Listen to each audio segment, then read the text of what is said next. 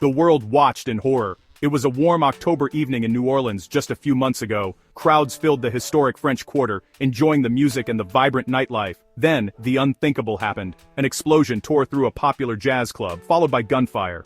The attack, later claimed by an affiliate of the Islamic State, left 15 people dead. It was a brutal reminder that the threat of terrorism is not a distant memory. It is here, now, and it is changing. The attack wasn't carried out by a large foreign cell. It was the work of a small group, radicalized online, living right here in America. This is the new reality we face. The very nature of terrorism is evolving before our eyes. The era of large, centrally commanded organizations like the Al-Qaeda of 2001 is fading. In its place, a more decentralized and arguably more dangerous threat has emerged. We are now seeing the rise of the lone actor. Individuals who, fueled by online propaganda and a sense of alienation, decide to take matters into their own hands. These attackers are incredibly difficult for law enforcement to track. They operate below the radar, leaving few clues until it is far too late. They are the ghosts in our interconnected world, their radicalization happening silently in the glow of a computer screen. This sinister evolution extends beyond individuals. We are witnessing the emergence of the radicalized family unit. Consider the attack in Ulu Tiram, Malaysia last year. A 20-year-old man, steeped in Islamic State ideology by his own father, stormed a police station and killed 2 officers. His family had lived an isolated, off-grid existence, deliberately cutting themselves off from mainstream society. They created a closed echo chamber where extremist beliefs could fester and grow without challenge. This off-the-grid radicalization presents a profound challenge for intelligence agencies, as it happens within the supposed sanctuary of the home, far from public view. This new model of terror is spreading. Groups like Indonesia's Jemaah Ansharut Daulah, or JAD, actively promote this decentralized, family-based approach. They encourage their followers to see police officers and government officials not as public servants, but as agents of a tyrannical state, making them legitimate targets. This philosophy turns neighborhoods into potential battlegrounds and families into sleeper cells. Over the last 5 years, these lone actors and small insular cells have been responsible for a staggering 93% of all fatal terrorist incidents in the West. The threat is no longer just over there, it is right next door. While Western nations grapple with this new form of individualized terror, the global center of gravity for terrorism has made a dramatic and deadly shift. The new epicenter is a vast arid region in Africa known as the Sahel. This band of territory, stretching from Senegal to Sudan, has become a furnace of extremist violence. In 2024, the Sahel accounted for over half of all terrorism deaths worldwide. This is not a distant, isolated problem. It is a catastrophic security and humanitarian crisis that has spiraled out of control, with profound implications for global stability and the safety of us all. The world's attention may be elsewhere, but this is where the war on terror is now being lost. The statistics paint a grim picture.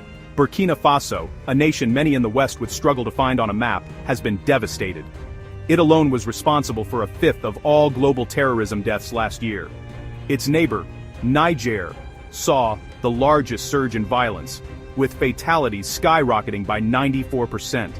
Entire villages have been wiped out. Schools and hospitals have been destroyed. Millions have been forced to flee their homes, creating a massive refugee crisis that strains the resources of an already fragile region. The violence is relentless, fueled by a toxic mix of weak governance, poverty, and the relentless advance of extremist groups. Groups like the Islamic State and its affiliates have found fertile ground in the Sahel's instability. They exploit local grievances, ethnic tensions, and the absence of state authority to recruit followers and carve out their own brutal fiefdoms. These are not just ideological movements. They are well-armed, well-funded enterprises that control territory and terrorize populations. The violence has become a part of daily life for millions of people.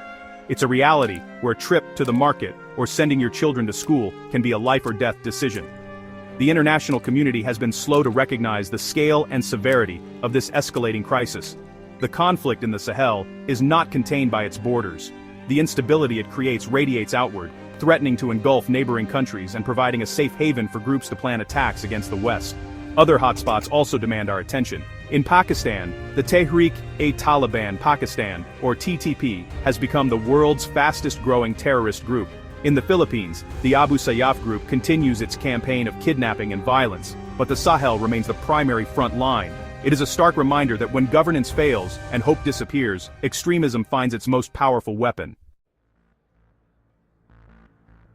The modern terrorist does not need a training camp in the mountains of Afghanistan. They need a smartphone and an internet connection. Technology has become the great enabler of global terror, creating a digital caliphate that transcends borders and law enforcement jurisdictions. Social media platforms, once seen as tools for connection and liberation, are now weaponized for recruitment and propaganda. Sophisticated algorithms, designed to keep users engaged, can inadvertently create a digital rabbit hole, pushing vulnerable individuals toward more and more extreme content. This is algorithmic radicalization, and it is happening on the platforms our children use every day.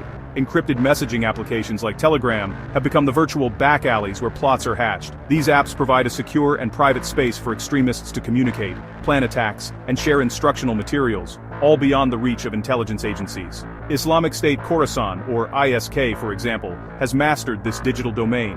The group has expanded its propaganda operations to 9 different languages, dramatically increasing its global reach.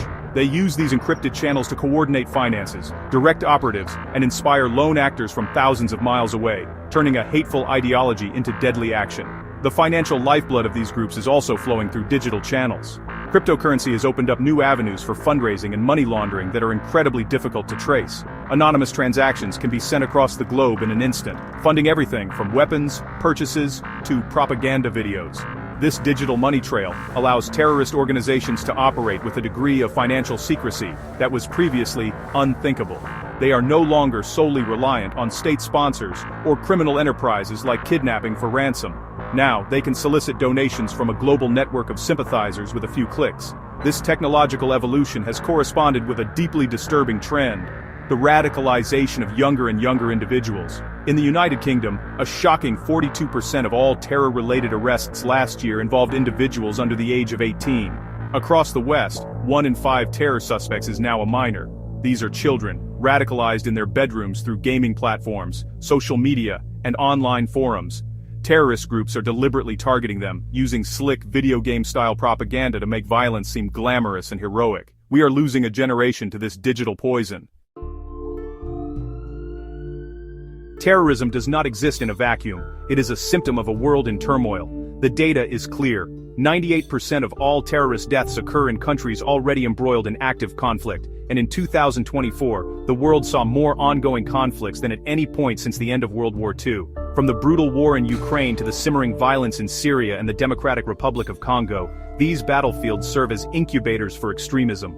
They displace populations, shatter societies, and create a generation of angry, traumatized people who become prime targets for extremist recruiters. Chaos is the oxygen that allows the fire of terrorism to spread. At the same time, these conflicts are exporting hate back to our own communities. The war in Gaza, for example, has acted as a powerful catalyst for a global surge in both anti-Semitic and Islamophobic hate crimes. Here in the United States, the FBI reported a staggering 270% rise in anti-Semitic incidents and a 300% rise in anti-Muslim hate crimes in the months following the outbreak of the war. This polarization and division create a fertile ground for extremist ideologies on all sides to take root. It frays the social fabric that holds us together, making us more vulnerable to those who seek to tear it apart. The threat we face is multifaceted and constantly morphing. It is the lone actor in a Western city, radicalized online. It is the family cell, isolated and fanatical. It is the heavily armed militias sweeping across the Sahel. It is the tech-savvy propagandist spreading hate from a laptop. It is the surge of hate crimes on our own streets. We cannot afford to view these as separate issues. They are all interconnected parts of a global crisis that demands a comprehensive and united response. We cannot fight the battles of tomorrow with the strategies of yesterday. We must adapt, and we must do it now.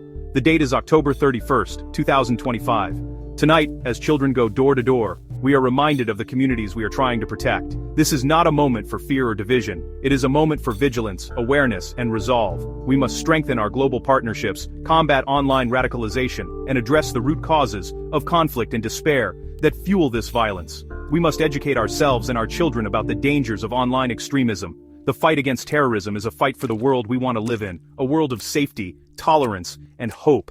It is a fight we must win together.